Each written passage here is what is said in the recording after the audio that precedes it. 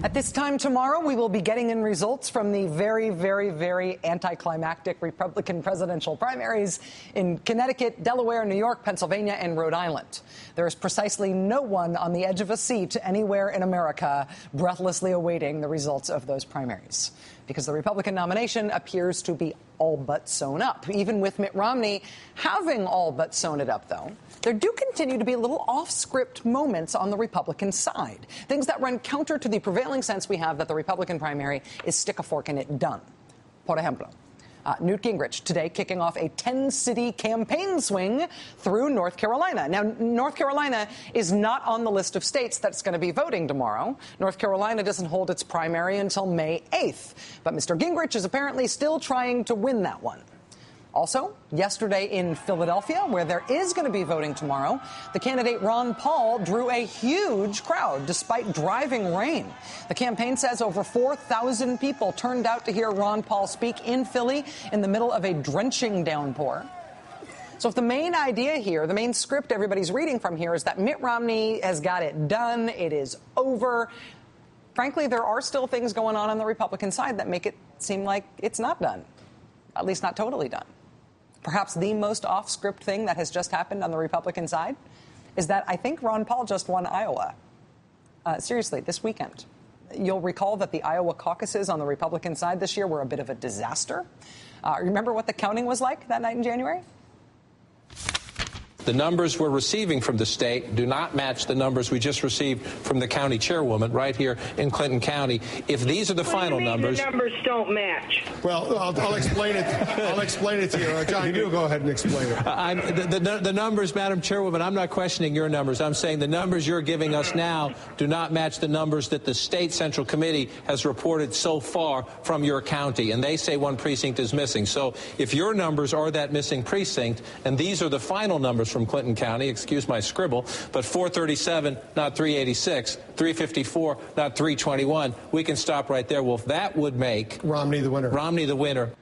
And then about 20 minutes after that strange middle-of-the-night moment on CNN, this guy, the state Republican Party chairman in Iowa, officially declared that Mitt Romney had won Iowa. They officially declared Mitt Romney the winner by 8 votes out of more than 120,000 cast. Congratulations to Governor Mitt Romney, winner of the 2012 Iowa caucuses. Congratulations to Senator Santorum for a very close second-place finish in an excellent race here. Don't believe him for a second. About 2 weeks after that, the party released final certified results that said that Mitt Romney was not the winner. The Iowa State Republican Party had changed its mind. They said first there was no way to know who won, then that the results should be viewed as a tie, and then they said that actually Rick Santorum had won. It is indisputable that the certified caucus results have Rick Santorum winning by 34 votes. So declaring this, then, a victory for Rick Santorum? Yeah, the certified vote results. Now, you sure knew? After all of that, after the disastrous vote counting and the disorganization and the chaos and Romney winning and then Santorum winning, the Iowa Republican Party chairman resigned, naturally. And now, 16 weeks after the voting happened and Mitt Romney was declared the winner, and 14 weeks after Rick Santorum was declared the winner, now it appears that Ron Paul is the winner in Iowa. See, Iowa gets to send a total of 28 delegates to the National Convention in Tampa this summer. One of the delegate seats goes to the new state party chairman who replaced the guy who was the disaster who quit. The new guy is an avowed Ron Paul supporter, so that's one Ron Paul delegate. This weekend, the state nomination committee that picks 13 more of the delegates, that committee was taken over by a majority of Ron Paul supporters, which means Ron Paul has just locked up at least half of Iowa's delegates. These 13 plus 14 in the form of the state party chairman, 14 of the 28 delegates, half the delegates are his. He will not get less than half. So Ron Paul either wins Iowa or, worst case scenario, he ties for first place. And while we're on the subject, looks like Ron Paul just won Minnesota, too. Minnesota has 40 delegates total. This weekend, Ron Paul won 20 of them. Now, not all the rest of Minnesota's 40 delegates have been allocated yet, but with half of them locked up, Ron Paul cannot come in worse than first. Worst case scenario, Ron Paul ties for first place in Minnesota. Anything better than that, he wins outright. And it should be noted, he warned us this was going to happen. Thank you very much. When the dust settles, I think there's a very good chance that we're going to have the maximum number of delegates coming out of Minnesota. Ron Paul was right. Nobody is getting more delegates than he did in Minnesota or in Iowa or in wherever else this Ron Paul delegate strategy of his pays off. The main plot of the Republican nominating process remains mostly on script. Mitt Romney appears to be buttoning up the nomination, but it is not tidy. Want one more example?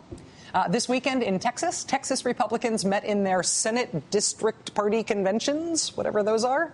And this was no coronation for Mr. Romney, even though everybody thinks he's got it done. I mean, forget the Beltway media narrative here. Forget the main script. The Ron Paul supporters in Texas were marching this weekend under the banner of Warren G. Harding.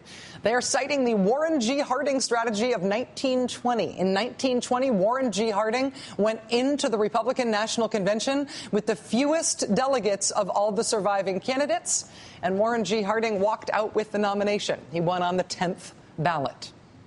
And if it worked 92 years ago for the man who would become our 29th president, couldn't it work now? If the Republican Party keeps this race as chaotic as it has been in the states, who knows? If this race keeps going the way it has been, frankly, Newt Gingrich is due to win Iowa any day now. Everybody else has already had their turn.